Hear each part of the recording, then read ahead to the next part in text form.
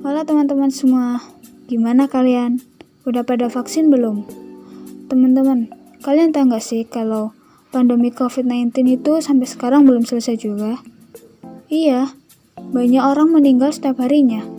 Semakin hari, semakin menurun juga jumlah masyarakat di Indonesia. Tapi, hari ini aku akan kenalin teman semua sama teman kelasku. Katanya sih dia mau cerita tentang perubahan masyarakat, khususnya di Jawa Timur.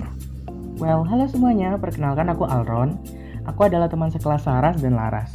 Nah, karena kalian ada di sini, aku mau cerita sedikit nih tentang lingkungan di rumahku. Baru-baru ini aku sangat senang karena pada akhirnya di area tempat tinggalku mulai perlahan penuh dengan tetangga di sekitar. Tentu saja aku senang banget, apalagi selama 2 tahun lebih di area tempat tinggalku ini sangatlah sepi. Di kanan kiri pada saat itu aku hanya bisa melihat rumah kosong tak berpenghuni dan juga sangat sepi sekali. Namun kian berjalannya waktu, akhirnya perumahan ini mulai hidup. Seru banget kan? Mulai banyak banget penduduk di sekitar sini dan bahkan sudah mulai banyak sekali acara yang diselenggarakan bersama mereka. Sejujurnya, aku sangat penasaran banget sama keadaan sekitar lingkungan temanku bernama Tama. Sejak dulu lingkungannya sangatlah ramai dan aku ingin sekali berbaur dengan mereka di sana. Tidak hanya itu, namun di sana juga banyak banget nih anak seumuranku yang kata Tama sendiri punya hobi yang sama denganku. Disayangkan banget mulai tahun ini di daerah sekitar rumahku sudah mulai sepi penduduk. Entah mungkin karena sedang PPKM atau mungkin sedang pulang kampung. Dan juga tetangga seberang rumahku kemarin baru saja pindah permanen ke kota lain. Padahal dia orangnya seru banget. Tapi, kalau dipikir-pikir, ada baiknya juga kalau beberapa dari penduduk di tempat sekitar Tama mulai pindah. Secara lingkungan di tempat tinggal itu juga sangat padat akan penduduk. Jika seperti itu tiap tahunnya, pasti pembangunan di Indonesia termasuk di kota tempat kita tinggal ini bisa saja menyebar secara tidak merata. Ada benarnya juga sih, apalagi di lingkungan sekitarku sangat padat.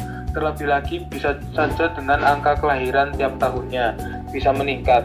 Tentunya jika tidak dilakukan pemerataan seperti imigrasi, pastinya lingkungan ini akan membeledak dan tidak dapat berkembang sebagaimana mestinya. Bener banget tuh Tama.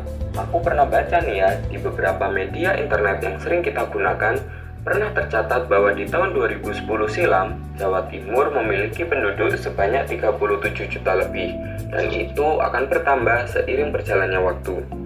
Iya, bahkan di tahun 2010 aja penduduk di Jawa Timur sudah sangat banyak.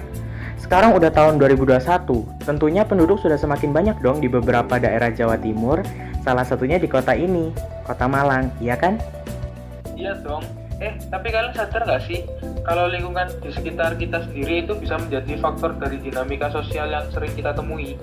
Jelas dong, lingkungan alam juga memegang peranan penting di sini. Pastinya penduduk juga ingin tinggal di lingkungan alam yang memadai dengan apa yang mereka inginkan. Masa mereka mau tinggal di lingkungan alam yang tidak mau mendukung kebutuhan hidup mereka? Ya pasti sama-sama nggak menguntungkan dong. Nah, itu poinnya. Tentu saja, mereka akan mengincar lingkungan alam yang benar-benar bisa menopang kebutuhan hidup mereka. Karena hal itu juga akan menjadi penentu buat mereka dalam kehidupan nantinya di masa depan. Semakin lingkungan itu padat akan penduduk, pastinya juga menimbulkan dampak buruk kan bagi masyarakatnya. Kalau tidak salah itu contohnya adalah pengangguran. Jadi jika lingkungan semakin padat, tentunya lapangan kerja akan semakin sedikit dan bisa menutup peluang mereka yang mencari kerja dan berakhir menjadi pengangguran.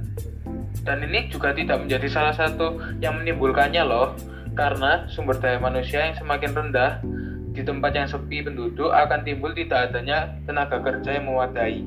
Nah, benar banget tuh.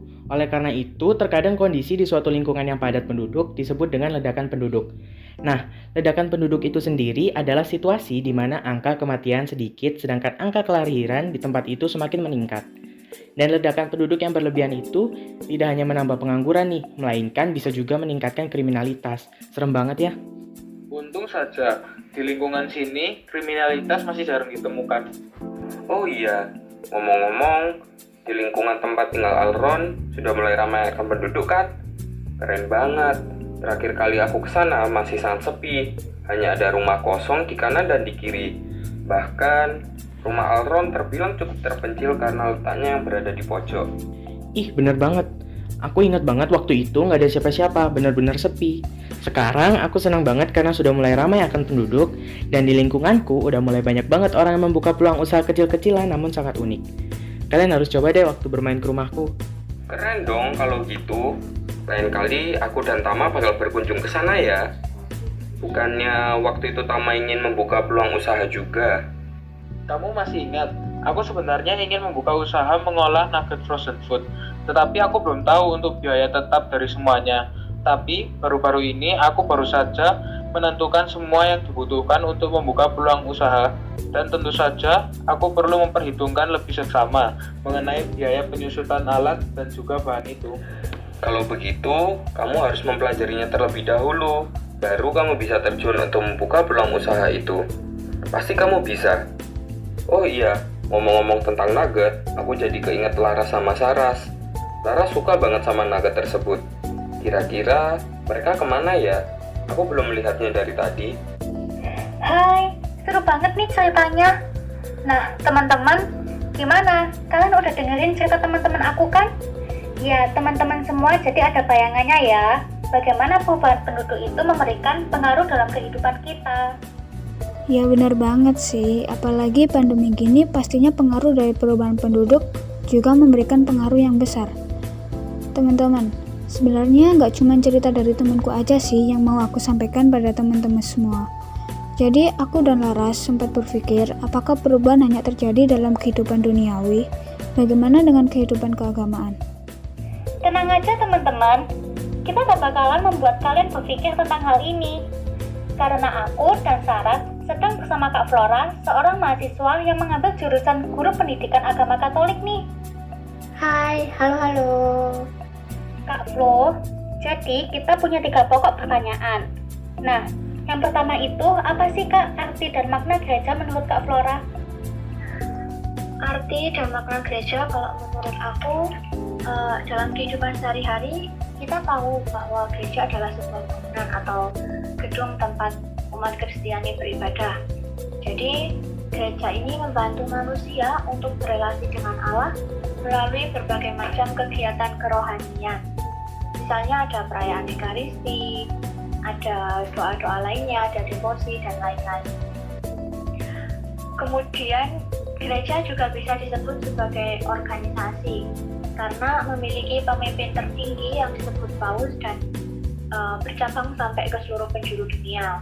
Jadi susunannya itu ada paus, uskup, imam atau pastor atau romo, ada diakon juga, ada biarawan juga. Nah, lebih dalam lagi, kata gereja itu dari bahasa Portugis igreja. Nah, ejaannya ini dari bahasa Latin ecclesia, pakai double J. Dengan akar kata dari bahasa Yunani ecclesia. Jadi bahasa Yunani itu ecclesia pakai double K, kalau yang bahasa Latin ecclesia pakai double J. Di mana ecclesia ini artinya perkumpulan rakyat atau rapat rakyat. Tapi kalau dalam konteks keagamaan artinya perkumpulan orang beriman. Jadi di sini gereja berarti perkumpulan orang-orang beriman yang dengan karunia Roh Kudus membakar semangat mereka untuk mewartakan Injil dan menyebarkan kasih Allah ke seluruh penjuru dunia tanpa membeda-bedakan suatu apapun. Hakikat gereja sendiri adalah persaudaraan cinta kasih yang itu sudah jelas ada dalam praktek hidup gereja perdana yang bisa kita lihat dalam kitab Kisah Para Rasul. Jadi untuk arti gereja sama makna itu sudah banyak orang yang tahu ya Kak Flo. Istilahnya itu kayak gereja ya kita sendiri, pastinya kita menyadari hal itu. Lalu Kak Flo lanjut ke pertanyaan kedua ya. Kalau menurut Kak Flora mengenai perubahan dalam gereja dari segi kepemimpinan dan jemaat itu gimana sih Kak? Kalau aku ya yang pertama bersyukur ya, karena dulu sebelum Konsili Vatikan kedua model gereja bentuknya hierarkis piramidal. Jadi ini tuh kayak pusat dari gereja ada pada para hierarki. Sedangkan di sini umat hanya mengikuti semua hasil keputusan dari para hierarki. Nah, gereja model yang seperti ini itu lebih banyak aturan dan sangat mementingkan aturan itu. Jadi kesannya kayak umat jadi nggak bebas gitu. Nah, dengan adanya perubahan dalam gereja setelah Konsili Vatikan kedua, gereja menjadi terbuka dan cara pandangnya pun berubah menjadi gereja sebagai persekutuan umat. Di sini gereja sudah tidak lagi berpusat pada hierarki, tetapi berpusat pada Kristus atau yang disebut Kristosentris. Kalau menurut Kak Flora ya, model gereja saat ini itu udah sesuai nggak sih Kak sama kebutuhan para jemaat? Kalau ditanya apakah model gereja saat ini sudah sesuai dengan kebutuhan para jemaat, ya jawabannya tentu saja sudah. Karena seperti yang sudah aku bilang tadi, bahwa gereja saat ini sudah mengalami banyak perubahan yang lebih baik dari sebelumnya. Gereja sekarang lebih terbuka dan mampu berdialog dengan semua orang, karena gereja meyakini kalau di luar gereja pun ada keselamatan. Nah, di sini juga hierarki dan umat bisa menjalin kerjasama sebagai partner kerja dalam karya penyelamatan Allah di dunia. Jadi antara hierarki dan umat sudah tidak saling mengatur-mengatur seperti yang dulu. Karena adanya perubahan yang begitu besar di dalam gereja, maka kebutuhan umat saat ini pun sudah bisa terpenuhi. Bisa kita lihat sekarang dalam kehidupan menggereja di sekitar kita. Dulu semua urusan ditangani oleh romo atau pastor setempat. Tetapi sekarang umat semakin dilibatkan dalam kehidupan menggereja. Contohnya ada BPGDA, ada DPP, ada orka-orka, dan lain sebagainya. Kemudian, dulu itu kalau misa romo menghadap ke belakang, jadi selalu membelakangi umat. Dan misa menggunakan bahasa Latin. Kalau sekarang kan misa itu romonya sudah menghadap ke umat, dan misalnya menggunakan bahasa setempat. Nah, lalu dulu kitab suci itu hanya untuk kalangan rohaniwan. Tetapi sekarang kitab suci kan sudah diterjemahkan ke dalam berbagai bahasa. Ya, tujuannya supaya semua umat beriman bisa membaca dan merenungkan sabda Tuhan. Jadi intinya kalau menurut aku perubahan gereja yang begitu besar membawa dampak baik kepada seluruh umat beriman dimanapun mereka berada. Berarti sekarang itu lebih bebas dan jemaat lebih menjalani dengan santai. Gitu gak sih Kak? Bebasnya itu bukan bebas yang kayak gimana-gimana yang gak beraturan dan segala macamnya. Tapi maksud bebas di sini tetap ada batasannya gitu. Jadi umat tidak berlebihan gitu. Oh iya Kak Flora, jadi sebenarnya cuma itu yang kita tanyakan, dan kami berdua itu terima kasih karena Kak Flora udah meluangkan waktunya untuk menjawab pertanyaan-pertanyaan yang telah kita tanyakan, dan tentunya juga terima kasih karena Kak Flora juga menjelaskan kepada kami tentang perubahan dalam gereja ini. Oke, sama-sama. Tetap semangat, jangan lupa ke gereja. Jadi teman-teman, diambil dari wawancara kami, dapat kami simpulkan bahwa perubahan di dalam gereja ini membawa dampak yang lebih baik di dalam kehidupan bergereja, di mana gereja lebih terbuka kepada jemaat-jemaatnya. Ngomong-ngomong tentang gereja yang satu, jadi keinget nih kalau bangsa kita ini, bangsa Indonesia, juga harus menjadi masyarakat yang satu sebagai satu kesatuan. Dan yang paling penting adalah kita harus mewujudkan semangat nasionalisme, terutama di negara kita, di masyarakat tentunya. Bener banget, aku setuju nih sama Alron. Tidak hanya itu juga, melainkan kita harus menerapkan jiwa sosialisme sebagai makhluk hidup untuk menjalin relasi dengan sesama dan bersatu. Sebentar deh, kalian ngomongin nasionalisme dan sosialisme. Terus, nasionalisme dan sosialisme itu sebenarnya apa sih?